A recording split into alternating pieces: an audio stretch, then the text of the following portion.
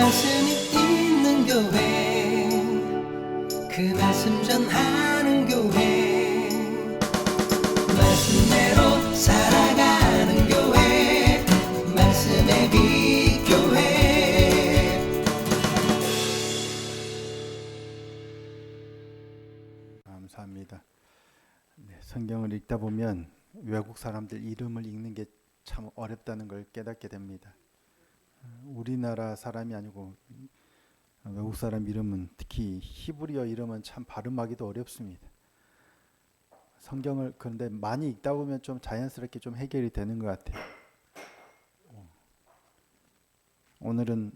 오늘부터 이제 민수기 말씀입니다. 어제 토요일로 요한복음 말씀이 이제 또 마무리되었고, 오늘부터는 민수기 말씀입니다. 민수기는 영어로 하면 The Numbers라는 말씀이죠. 그래서 숫자, 인구 숫자를 조사하는 내용이 핵심이기 때문에 민수기로 책 제목을 지은 것 같습니다. 백성들의 수를 조사한 기록이죠. 근데 민수기는 히브리어 제목은 뭐냐면 빼 미드바르입니다. 빼가 전치사 인이나 앳이고요. 미드바르가 광야입니다. 그래서 광야에서라는 히브리어로 기록하는 첫째 단어가, 민수기를 기록한 첫 단어가 빼 미드바르이기도 하고, 이 민수기의 주된 내용들이 광야에서 있었던 내용이기 때문에 좀 타당해 보입니다. 그러니까 민수기는 광야에서 몇 년을 살아요? 대략 총 40년을 광야 생활하죠. 그 중에 약 38년여의 기간 이스라엘 백성들이 광야에서 머무는 그 시간을 다루고 있는 게 민수기예요. 그래서 민수기를 포괄적으로 빼 미드바르라고 하는 게 좀 적합해 보여요. 근데 왜 이게 광야에서라고 히브리어 원문에서는 광야에서가 제목인데 왜 우리는 민수기라는 제목으로 바뀌었냐면, 성경 공부 시간에도 잠깐 말씀을 드렸지만 가장 먼저 번역된 언어가 헬라어 성경이에요. 그 헬라어 번역 성경이 70인역이라고 합니다. 70명의 학자들을 통해서 번역을 시켜가지고 헬라어로 번역된 성경이 70인역이라고 하죠. 근데 이 70인역에서 숫자들이란 뜻의 아리트모이라고 제목을 기록했어요. 그러니까 숫자들, The Numbers라고 했죠. Numbers. 그러니까 민수기의 내용이 광야에서의 생활뿐만 아니라 두 번의 인구조사가 기록이 돼 있어요. 오늘 본문을 비롯해서 이제 1장을 비롯해서 나중에 26장의 두 번째 인구조사를 또 행해요. 그래서 가장 중요한, 왜 인구조사를 지금 하고 나중에 또 하느냐, 이게 민수기에서 굉장히 중요한 역사적인 사건이거든요. 그래서 더 넘버스, 인구조사가 왜 중요한지 굉장히 중요한 의미를 담고 있어요. 오늘 우리가 이걸 좀 살펴보려고 하는데, 그래서 이 책의 제목을 광야에서라고 했지만 민수기라고 붙인 것도 꽤 적합하다라고 말씀드릴 수 있겠습니다. 민수기는 잘 아시다시피 모세 5경 중에 네 번째 책이죠. 창세기, 출애굽기, 레위기, 민수기 네 번째죠. 신명기까지 5권의 책을 모세 5경이라고 합니다.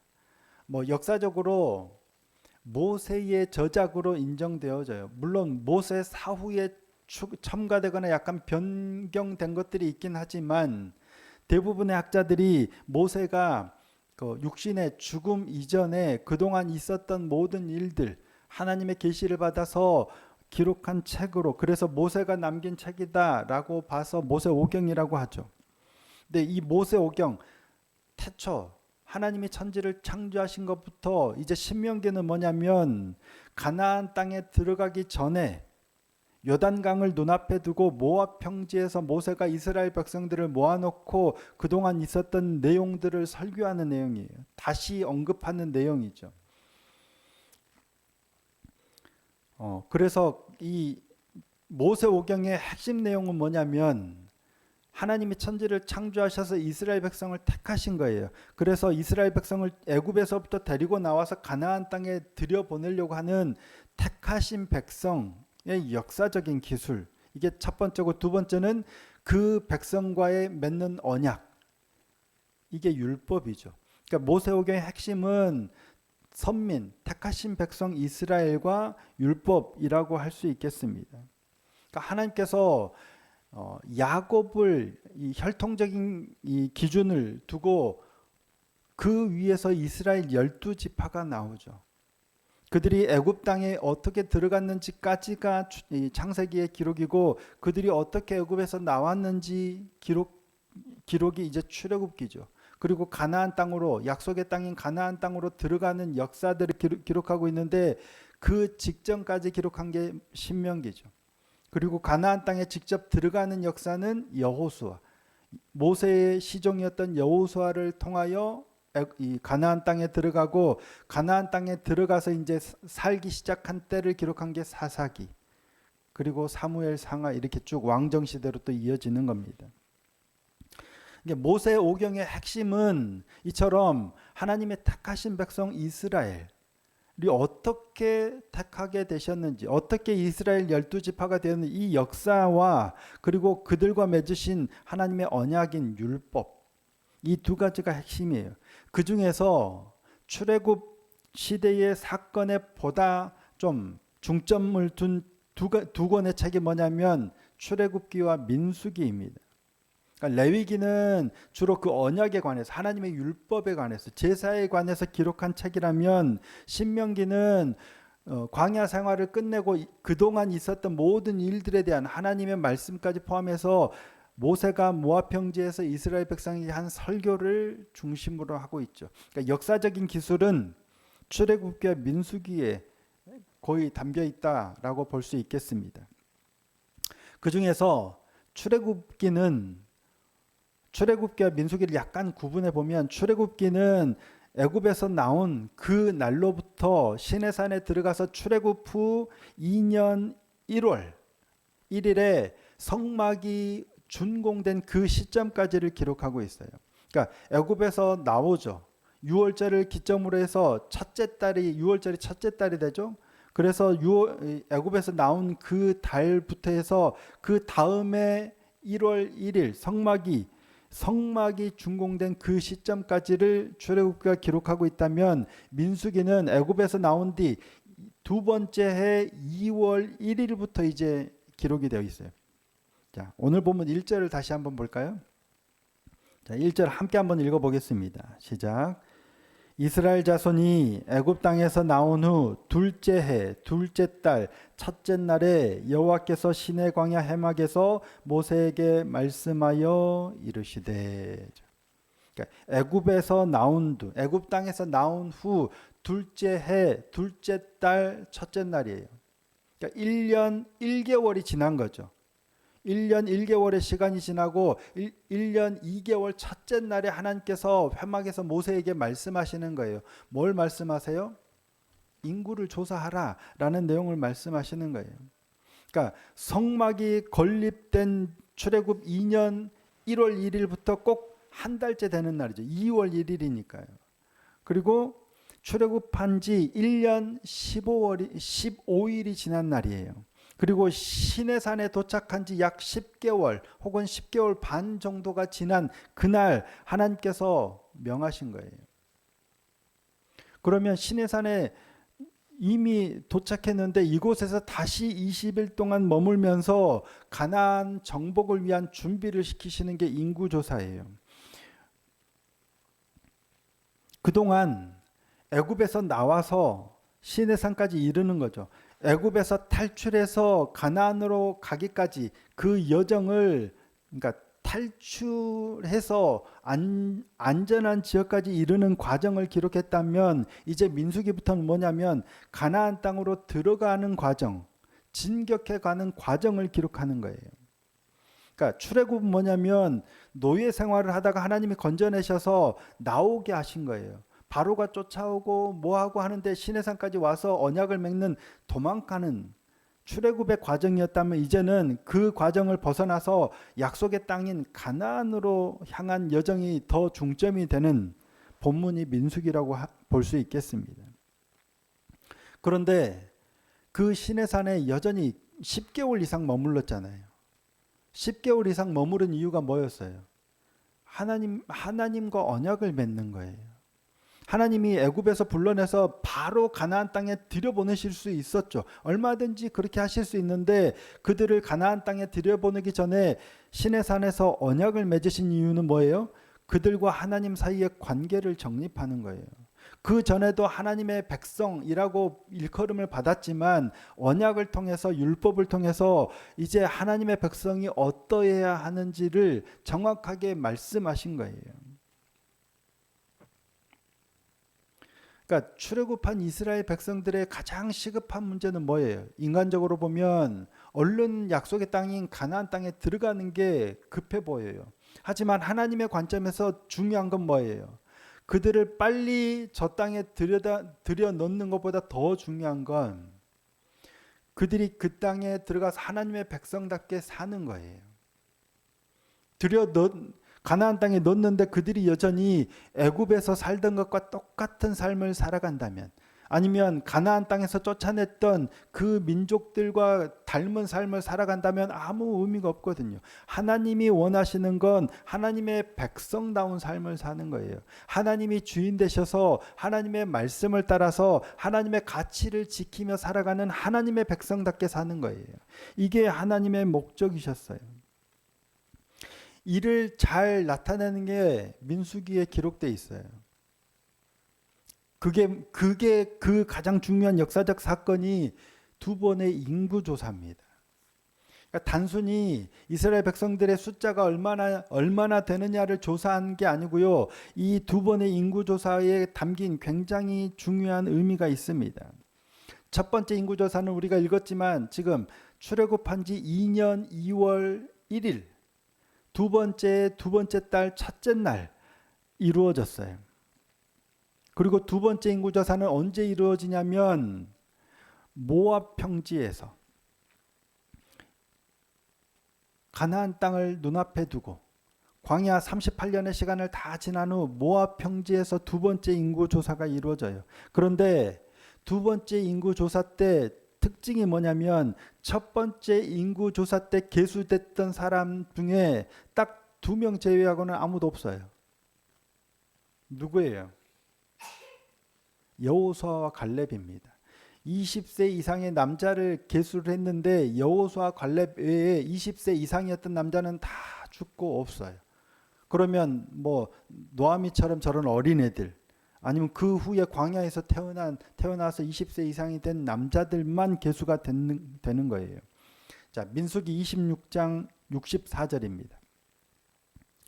모세와 제사장 아론이 시내 광야에서 계수한 이스라엘 자손은 한 사람도 들지 못하였으니. 그러니까 민수기 26장에 두 번째 인구조사를 했는데 이런 거예요.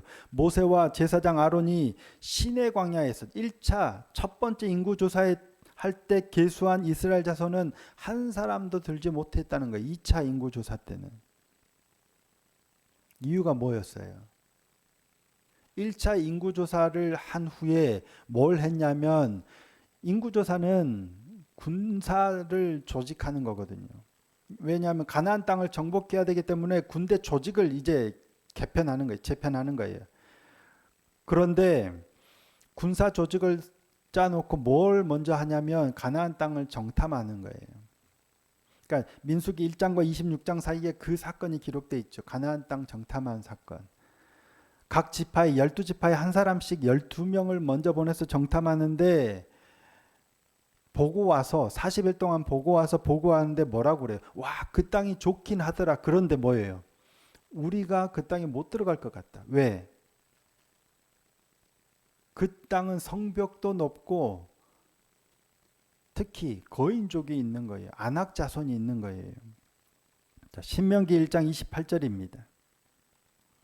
우리가 어디로 가랴? 우리의 형제들이 우리를 낙심하게 하여 말하기를 그 백성은 뭐예요? 우리보다 장대하며 그 성읍들은 크고 성곽은 하늘에 닿았으며 우리가 또 거기서 안악 자손을 보았노라 하는도다 하기로.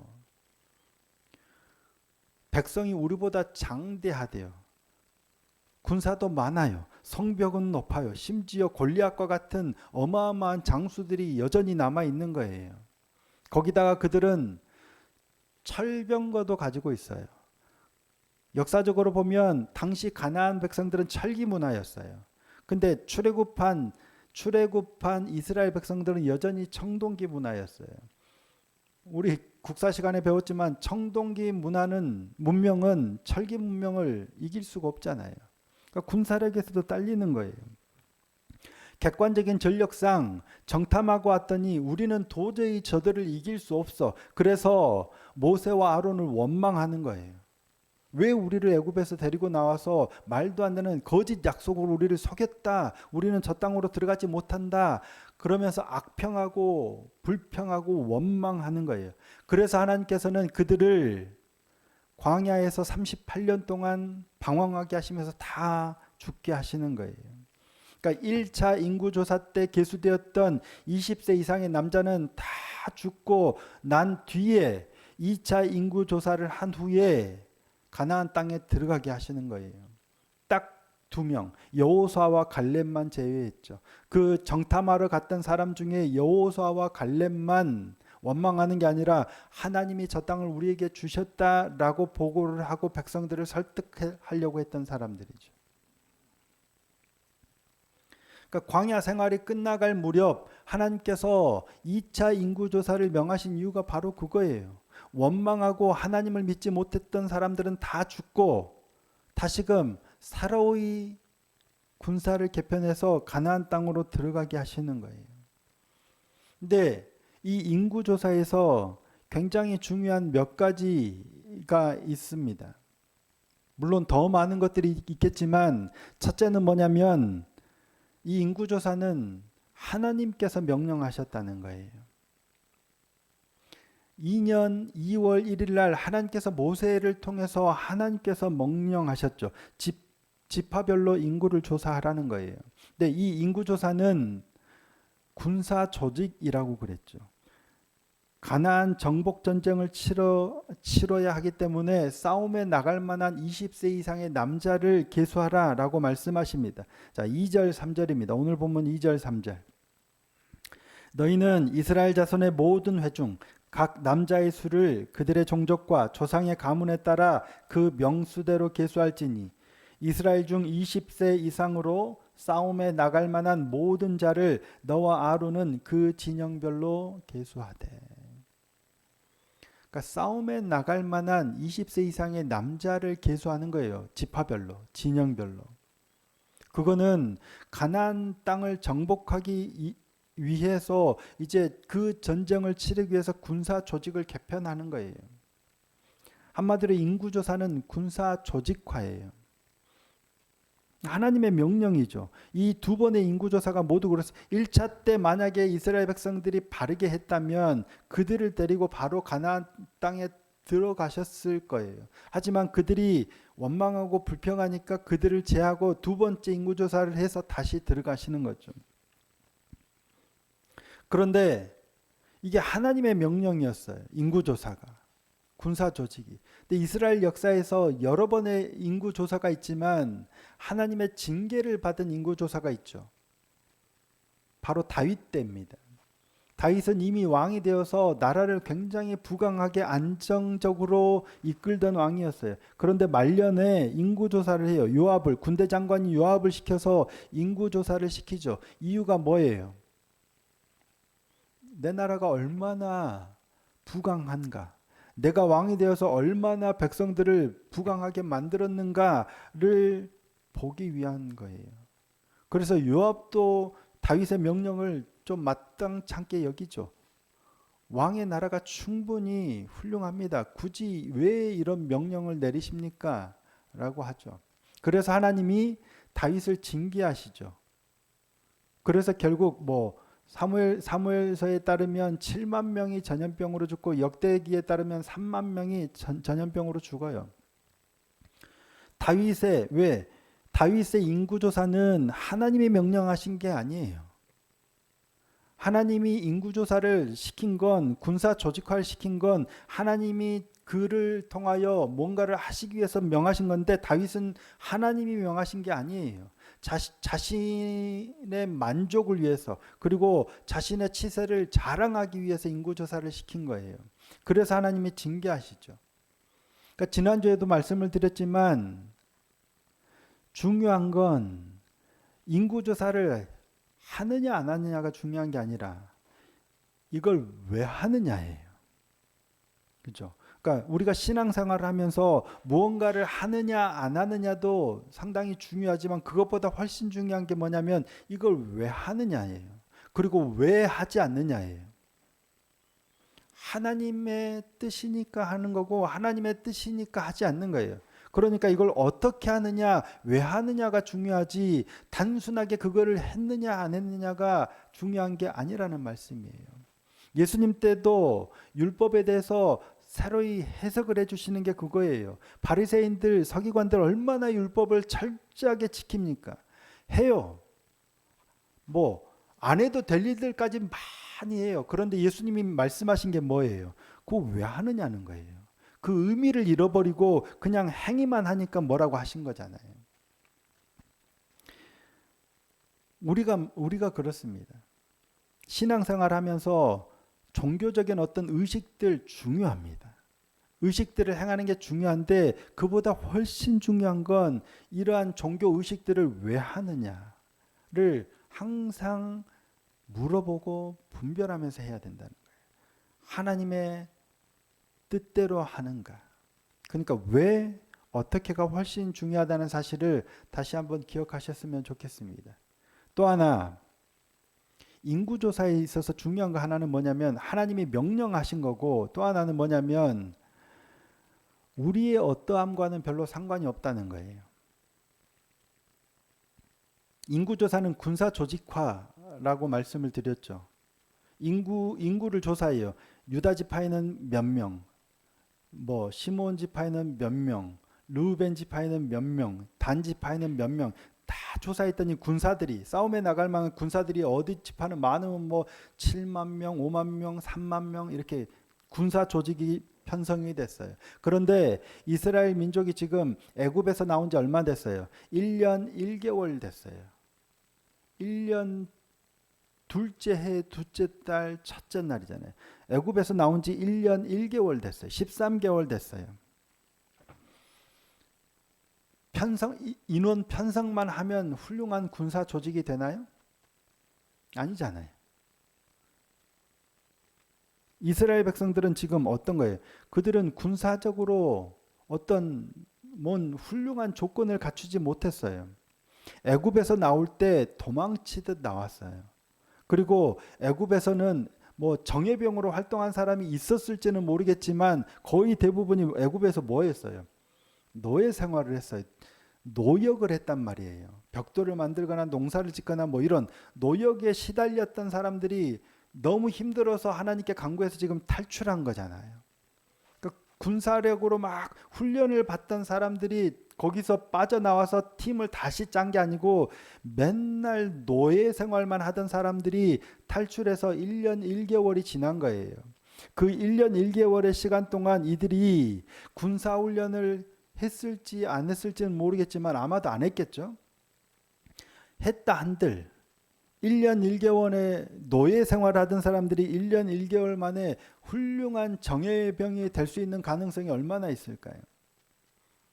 한마디로 이스라엘은 인원 파악을 해서 이렇게 조직은 만들어 놨지만 군사력으로 따지면 형편없는 오합지졸일 거예요. 그런데 하나님께서는 뭐라고 하세요? 그들을 야 이제 모았으니까 너희 훈련해 하지 않으세요. 이미 모아진 그게 하나님의 군사예요. 애초에 애굽에서 나올 때 하나님이 뭐라고 하셨냐면 여호와의 군대가 다 애굽에서 나왔다라고 말씀합니다. 자, 출애굽기 12장 40절 41절입니다. 출애굽기 12장 40절 41절. 이스라엘 자손이 애굽에 거주한 지 430년이라. 430년이 끝나는 그날에 여호와의 군대가 다 애굽 땅에서 나왔은지. 이때는 이제 막 애굽에서 나가는 때예요. 나가서 1년 1개월이 됐거나 40년이 됐거나 가나안 땅에 들어간 게 아니라 노예 생활하다가 하나님께서 모세를 통하여 이제 막 나가고 있는 때 이렇게 표현한 거예요. 뭐예요? 여호와의 군대가 그날에 다 애굽에서 나온 거예요. 그들이 뭐 얼마나 군사적으로 훌륭한 게 있냐고요? 없어요. 그런데도 하나님께서는 여호와의 군대가 나왔다라고 성경에 말씀하는 거예요. 우리가 그래요. 왜? 이 전쟁은 여호와께 속한 것이니까요. 우리의 싸움은 우리의 능력에 달린 게 아니에요. 하나님께 달린 거예요. 1차 인구조사 때 계수에 들었던 사람들이 가나안 땅에 들어가지 못한 이유가 뭐예요? 2차 계수에 들지 못한 이유가 뭐예요? 이 사실을 놓쳤기 때문이죠. 그때도 하나님의 군사 조직을 개편했어요. 인구조사를 해서 조직화가 됐어. 근데 그들도 여전히 군사력은 형편없겠죠. 자기들이 누구보다 잘 알죠. 그런데 이 전쟁은 하나님께 속한 거예요. 가서 보면 여호수아와 갈렙은 그 사실을 아니까 저들은 우리의 밥이야. 하나님이 우리로 하여금 저 땅을 취하게 하실 거야. 하나님이 하실 거라는 걸 믿었는데 다른 사람들은 뭐예요? 그걸 놓쳐버린 거예요. 봤더니 우리 도저히 못 이기겠다. 우리가 어떻게 저 사람들을 이겨? 싸우면 안 되지. 그러니까 그들은 다 죽는 거예요. 우리가 각별히 조심해야 될 게 바로 이거예요.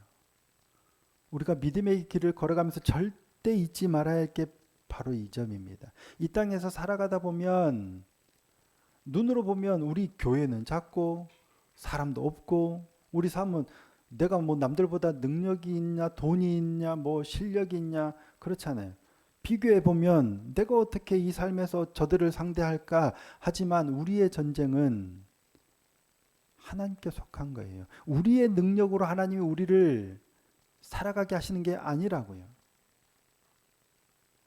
근데 사탄은 끊임없이 우리를 유혹하죠. 현혹하죠. 미혹하죠.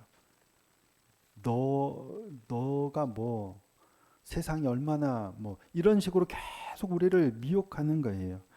눈에 보이는 것들만 보면 이 싸움을 승리할 수 없습니다. 우리의 믿음은 보이는 것 너머에 계신 주님을 볼 때야 승리할 수 있는 줄 믿습니다. 여호사밧이 그랬죠. 이 많은 군사를 우리가 어떻게 합니까? 근데 하나님이 아무것도 하지 말고 잠잠히 나를 바라보라는 거예요. 이 전쟁은 여호와께 속한 것이. 그래서 찬양대를 만들어서 앞서잖아요. 그리고 하나님이 다 이기게 하십니다. 우리의 삶의 전쟁이 그와 같은 줄 믿습니다.